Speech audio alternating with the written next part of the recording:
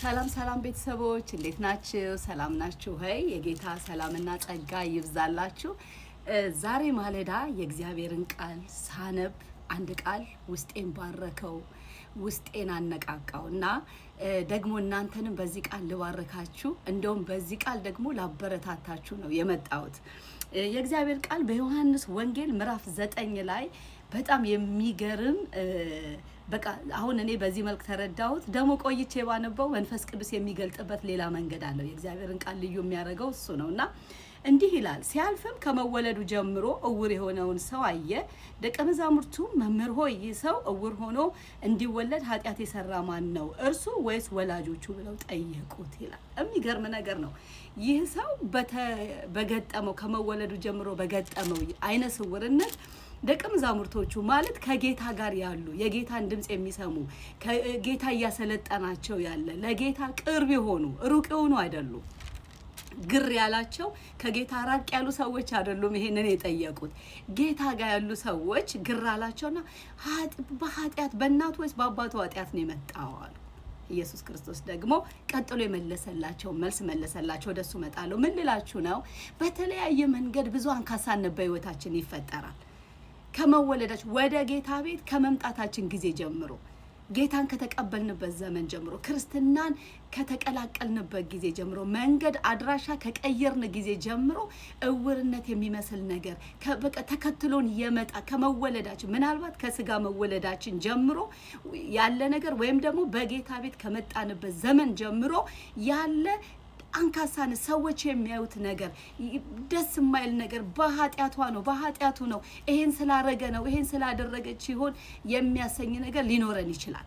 ግን ሁሉ ነገር ከኃጢአት ሊሆን ወይም ከኃጢአት ነው ብለን አንልም። በእርግጥ ነው በሰው ህይወት ውስጥ የተለያዩ ችግሮች በተለያየ መንገድ ይመጣሉ። አንዱ በኃጢአት ነው የሚመጣው።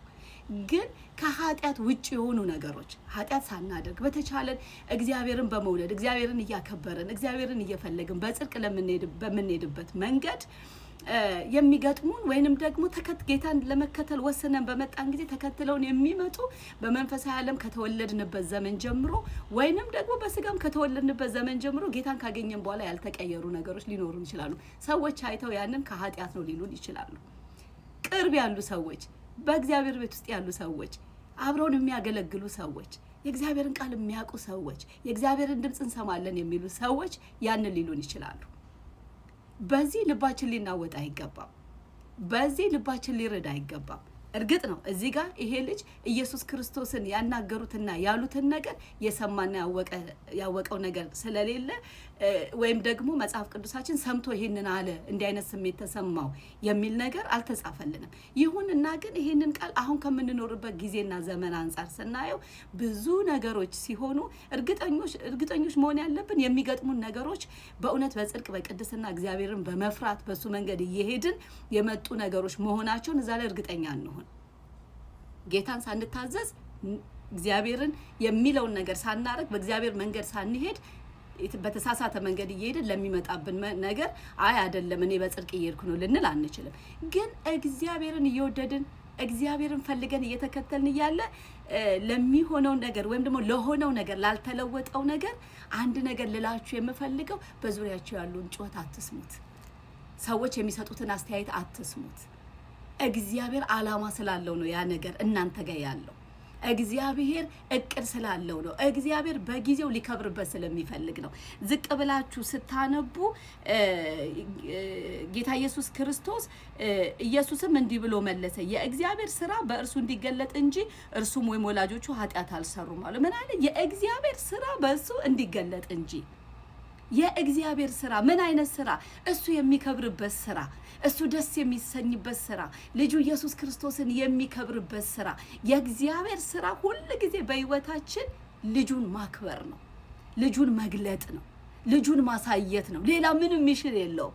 ስለዚህ እዚህ ጋር ሲፈወስ ይሄ ሰው ዝቅ እያላችሁ ክፍሉን ስታነቡ ስለ ኢየሱስ ክርስቶስ ነው ሰዎች ያዩ የነበረው ይነጋገሩ የነበረው። ፈሪሳውያን ሁሉ ብሌም የሚያደርጉት ኢየሱስ ክርስቶስን ነው። ግን የእግዚአብሔር ስራ ነው የተገለጠበት። ቢገባቸው ኖሮ እግዚአብሔር የሙሴ አምላክ እግዚአብሔር እሱ ነው የምንከተለው ብለው የሚሉት ያ እነሱ የሚጠሩት እግዚአብሔር የሱ ስራ ነው የተገለጠው። የሱ ስራ ደግሞ ክርስቶስ ኢየሱስን ማክበር ነው። ምን ልላችሁ ነው? ክርስቶስ ኢየሱስን ስትቀበሉ ከጨለማ ወደሚደነቅ ብርሃን፣ ከድቅድቅ ጨለማ ወደሚደነቅ ብርሃን ስትመጡ አዲሱ ቤት የተወለዳችሁበት ስፍራ በቃ ያልተለወጠ ነገር ቢኖራችሁ፣ አንካሳ የሆነ ነገር ሰዎች አይተው አስተያየት የሚሰጡበት ነገር ቢኖራችሁ፣ ደግሞም ከመወለዳችሁ ጀምሮ ምናልባትም በሱ ምክንያት እንኳን ጌታን አግኝታችሁ ቢሆን ይሄ ነገራችሁ ይለወጣል ተብላችሁ ሰዎች ከዛ የተነሳ ብዙ አስተያየት ከኃጢአቷ ነው፣ ካለመታዘዟ ነው፣ ካለመታዘዙ ነው፣ የእግዚአብሔርን መንገድ ከመሳቱ ነው፣ የእግዚአብሔርን መንገድ ከመሳቷ ነው ተብሎ ብዙ አስተያየት እንኳን ቢሰጣችሁ ልትቆሙና ልትጸኑበት የሚገባ የመጀመሪያው ራሳችሁን በመፈተሽ በእርግጠኝነት እናንተ በእግዚአብሔር ጎዳናና መንገድ ላይ መሆናችሁ ነው። የእግዚአብሔርን ሕግና ስርዓትን ጠብቃችሁ መሄዳችሁ ነው። እግዚአብሔርን በመታዘዝ ፍቅራችሁን መግለጣችሁ ያንን ማድረጋችሁ ነው። ምክንያቱም እግዚአብሔርን ከወደድነው የመጀመሪያው ትእዛዙን መጠበቅ ነው። ቀጥሎ ደግሞ በዙሪያችን ያሉትን ወንድምና እህቶች መውደድ ነው። ያላየነውን እግዚአብሔርን እንወደዋለን ብንል፣ ያላየነውን እግዚአብሔርን ታዘዝነው ብንል፣ ዙሪያችን ካለው ነገር ጋር ሳንስማማ እግዚአብሔርን ታዘዝን ማለት በዙሪያችን ካሉት ጋራ እግዚአብሔር ያለንን ያንን ማድረግና መሆን ማለት ነው። ስለዚህ ምን ልላችሁ ነው? እርግጠኞች ያንን እንሁን። ያንን ካደረግን በዛ መንገድ ላይ ካለን መንፈስ ቅዱስም ህሊናችንን በውስጣችን የሚፈርድብን ነገር እስከሌለ ድረስ ትልቁ ያ ስለሆነ ብዙ ጊዜ እኛ ሰዎች ኢግኖር የምናደርገው ውስጣችን ያለውን ድምጽ ነው። ያንን ድምጽ ኢግኖር ሳናረግ የሚገስጸንን እየተገሰጽን መመለስ ከሚገባን እየተመለስን እንደ እግዚአብሔር ቃል እየሄድን ነገር ግን ያልተለወጡ ነገሮች ካሉ እመኑኝ መጽሐፍ ቅዱሳችን እንደሚናገረው የእግዚአብሔር ስራ በዛ ነገር ይገለጥ ዘንድ ነው። የእግዚአብሔር ስራ የሚገለጠው ደግሞ እኛ ባሰመርንበት መንገድ አይደለም። ያ የሚገለጠው የእግዚአብሔር ስራ እሱ እንደወደደው እሱ ሊከብርበት በሚችልበት መንገድ ነው። አይነቱም መንገዱም እሱ በሚፈልገው፣ እሱ በሚከብርበት፣ እሱ በሚልቅበት፣ እሱ በሚታይበት ነው። እኔ ዛሬ በዚህ መንፈስ እባርካችኋለሁ። በእውነት ይሄ የገጠማችሁ ያላችሁበት ያልተለወጠው የሚያስለቅሳችሁ ነገር፣ አንካሳ የሆነው ነገር፣ ሰዎች የሚነጋገሩበት፣ አስተያየት የሚሰጡበት ያ ነገር በእርግጥ እናንተ እግዚአብሔር በሚፈልገው የህይወት ቁመና ውስጥ ሆናችሁ የሆነ ነገር ከሆነ በእውነት ነው የምላችሁ የእግዚአብሔር ስራ ሊገለጥበት ነውና በጌታ በኢየሱስ ክርስቶስም በእግዚአብሔር አጀንዳ ውስጥ ያለ ያ የእግዚአብሔር ስራ በነገራችሁ ላይ በመገለጥ ያስደንቃችሁ። ይሄንን ነው ማለት የምፈልገው። ያስደንቃችሁ። በቃ እግዚአብሔር የራሱን ስራ በመግለጥ ያ ደግሞ ማለት ምን ማለት ነው? በመካከላችን ልጁን በማክበር ነው የሚገለጠው። የእግዚአብሔር ስራ ልጁን ማክበር ነው። በህይወታችን ልጁን ማላቅ ነው። ልጁን ማሳየት ነው። ልጁ ታየ ማለት ደግሞ ጠላት አቅም ሊኖረው አይችልም። ይህ ሰው እግዚአብሔር ስራውን በመካከል መግለጥ ሲጀምር ከመወለዱ ጀምሮ የነበረ አይነ ስውርነት ተወገደ። አካባቢው ላይ መነጋገሪያ ሆነ። የሚያቁት እስከማያቁት ድረስ ያ እሷል አይደለምን ብለው እስኪጠይቁ ድረስ ነው የሆነው።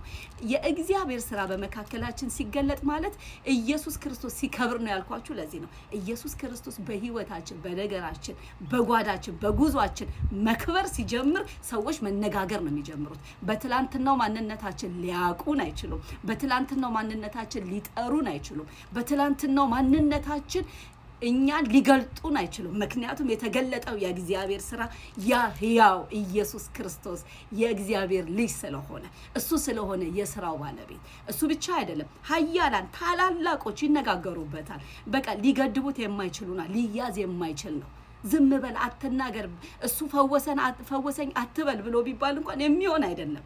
ሌላው በጣም የሚገርመው ነገር የእግዚአብሔር ስራ ሲገለጥ ይሄ ልጁ በህይወታችሁ ሲገለጥ በጣም የሚገርመው ታላላቅ የምትሏቸው እግዚአብሔርን ያመልካሉ ያውቃሉ የምትሏቸው በሙሉ ጥያቄ ውስጥ ይገባሉ። አንዳንዴ አይገባም። እግዚአብሔር ሲመጣ ወደ ህይወታችን አይገባም። ልንገልጠው የምንችለው አይደለም። ልናብራራው የምንችለው አይደለም። በቃ ፈወሰኝ፣ በቃ መጣ፣ በቃ ስራውን ሰራ ብለን ብቻ የምንልበት ግን ብዙዎች የሚተርፉበት፣ ብዙዎች የሚድኑበት፣ ብዙዎች የሚያመልጡበት ነውና በጌታ በኢየሱስ ክርስቶስም እናንተ ጋር ባለው ነገር ላይ የእግዚአብሔር ስራ የሆነው ይገለጥ። ኢየሱስ ክርስቶስ ይገለጥ። የእግዚአብሔር ሐሳብ የሆነው ያ ልጁን ማክበር ስለሆነ እሱ በህይወታችሁ ይገለጥ ማለት ወዳለው። ባስጨነቃችሁ ነገር ላይ ጌታ ኢየሱስ ክርስቶስ ይገለጥ። ተባረኩልኝ። ይሄ ቪዲዮ እንደሚጠቅማችሁ አምናለሁ። ለሌሎች አድርሱ። መልካም ጊዜ። ባይ ባይ።